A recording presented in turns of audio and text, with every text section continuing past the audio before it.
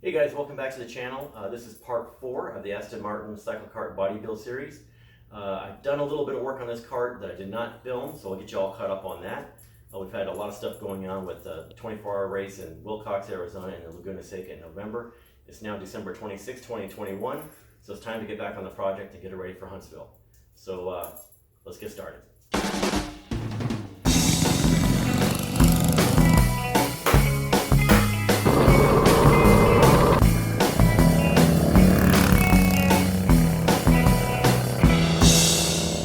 Okay, so at the front of the car, one of the main things we did is we built this apron at the front, and we installed some little temporary LED lights. This is for the Willcox 24-hour event because that was running in the dark. So we do have a lighting system in this with the lighting circuit. This is pretty simple. It's just a simple bend here, and at the bottom is just a flat piece of metal. It's got a little curve in it just to follow the frame. Let me show you one piece I made for that while I'm here. This is a little bit of a complicated part to make. On the original Aston Martin, there's this little part that goes right here, and I think it's probably, and I don't know exactly what it is, but I think it's got a little handle on here, probably for a crank start. And there's going to be some louvers in here to break this up, but that goes on the front of the car here. And I think I'm going to use a little ratchet in this little hole. We'll put a small ratchet extension, I guess it would be, just to complete the look, to kind of give it that fake, or to recreate the look of the original car. So the other thing we've done since the last video is I've fabricated the side exhaust. And so on the original race car, it would have been run up here, but on this car, because it's modified for the street, they modified it to come down and go below the rear axle. And there would be a muffler here, but we're not going to put a muffler on it. It might look a little goofy because you only see 2 pipes coming out of here, but if you look at the real car, if you have the hood open, once it comes outside the body panels, once it goes in, it breaks off into the force. It's a 4-cylinder motor on the original Aston Martin. But the bodywork only has 2 pipes coming out of the bodywork. So this is actually correct for what the car would have had, or what it has currently, this LM8. LM8 is the model number for the car we're recreating. Let's see, what else have we done? We brushed the aluminum to make it look a little nicer. And I just used a scour pad, one of these green Scotch-Brite pads. That works great for brushing the aluminum, kind of making it look a little less messy. It's got a lot of fingerprints on it right now because it's been pretty active duty and we haven't washed it since Laguna Seca. The other thing we did on this is we installed the dash. This is just a piece of 1/4-inch plywood. And we've got a marine grade, or this is designed for boats, a speedometer. This operates off GPS. We got the kill switch on here, and this is a switch for the speedometer. And underneath the dash, there's a switch for the lights, which we just have that hanging down there because we don't really like the way it looked. It's just this kind of goofy switch when you flip it on.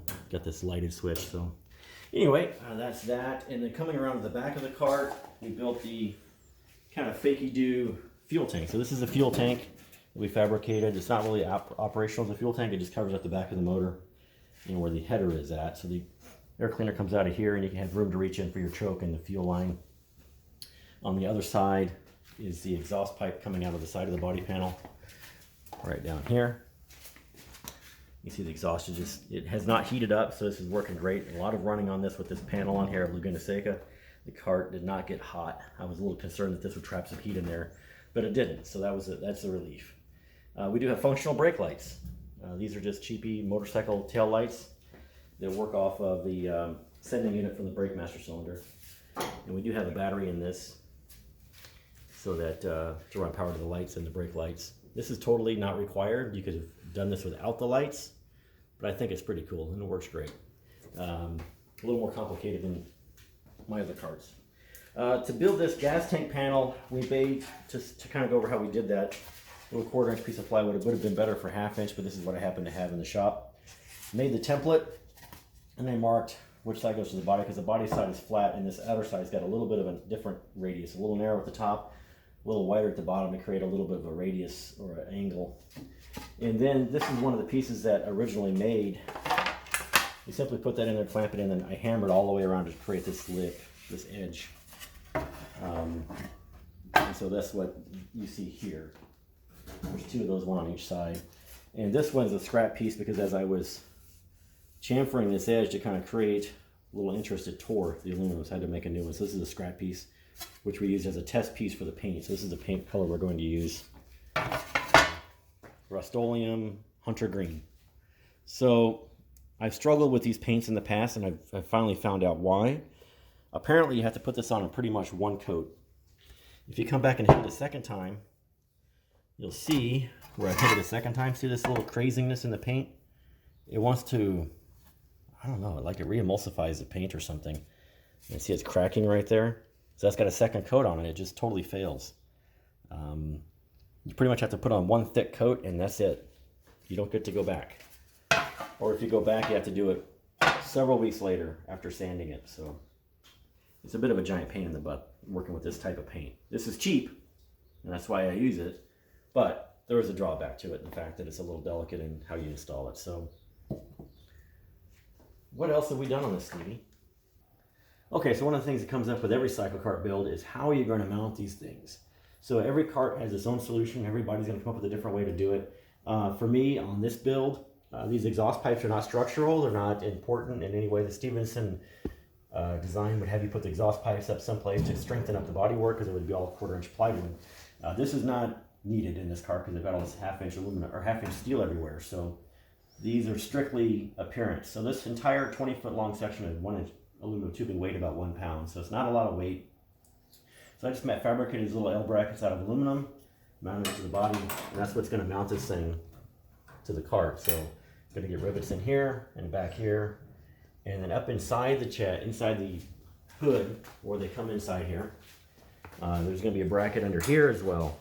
Same thing, or maybe it'll be on top. I think it's going to be underneath because I want to hide the rivets underneath the body line of the where these go in. So this will get trimmed off a little bit.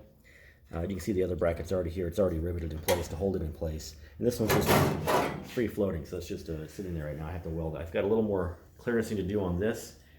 This has to be really close because we're TIG welding this, so you don't want to have any big gaps. So I've still got to work on this fitment of that. So that's what I'm working on now. But that pretty much gets you caught up on where we are on this build. I think it's coming along really good. It really captures the look of the original car. I'm still not completely happy with this cowl.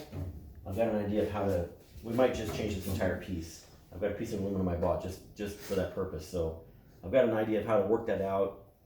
If I can make it work, great. If I can't, this does work. It's just not exactly the way I want it to be.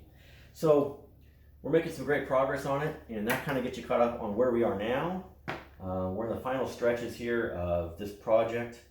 Yeah, I think it's turning out pretty well. It performed great, and it's got a lot of miles on it already from Laguna Seca and the Wilcox event. The carts performed flawlessly mechanical-wise. Had no issues other than a little carburation issue, which was my problem. I created myself by kinking the vent hose on this Predator gas tank. So I think that gets us all caught up on where we are on this. Oh, one other thing I did, and maybe you can, I'll stand on this side, Steve, you can film this. I made some little panels to kind of close up these areas, and that strengthened up the body panels down here on the side of the cart. There's just a piece of, I bent it and it's riveted on the outside.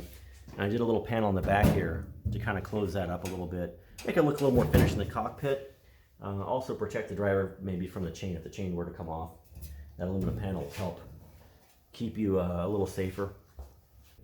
Hey guys, thanks for watching these videos. I really appreciate it. Thanks for liking, thanks for commenting, and most of all, thanks for subscribing. Helps drive the channel, helps improve our channel, and helps improve our hobby. So I'm grateful to all the guys who follow us on the Facebook and on the YouTube. And thanks very much. I really appreciate it. You guys have a great day. And get out in your garage and build something cool. See you next time.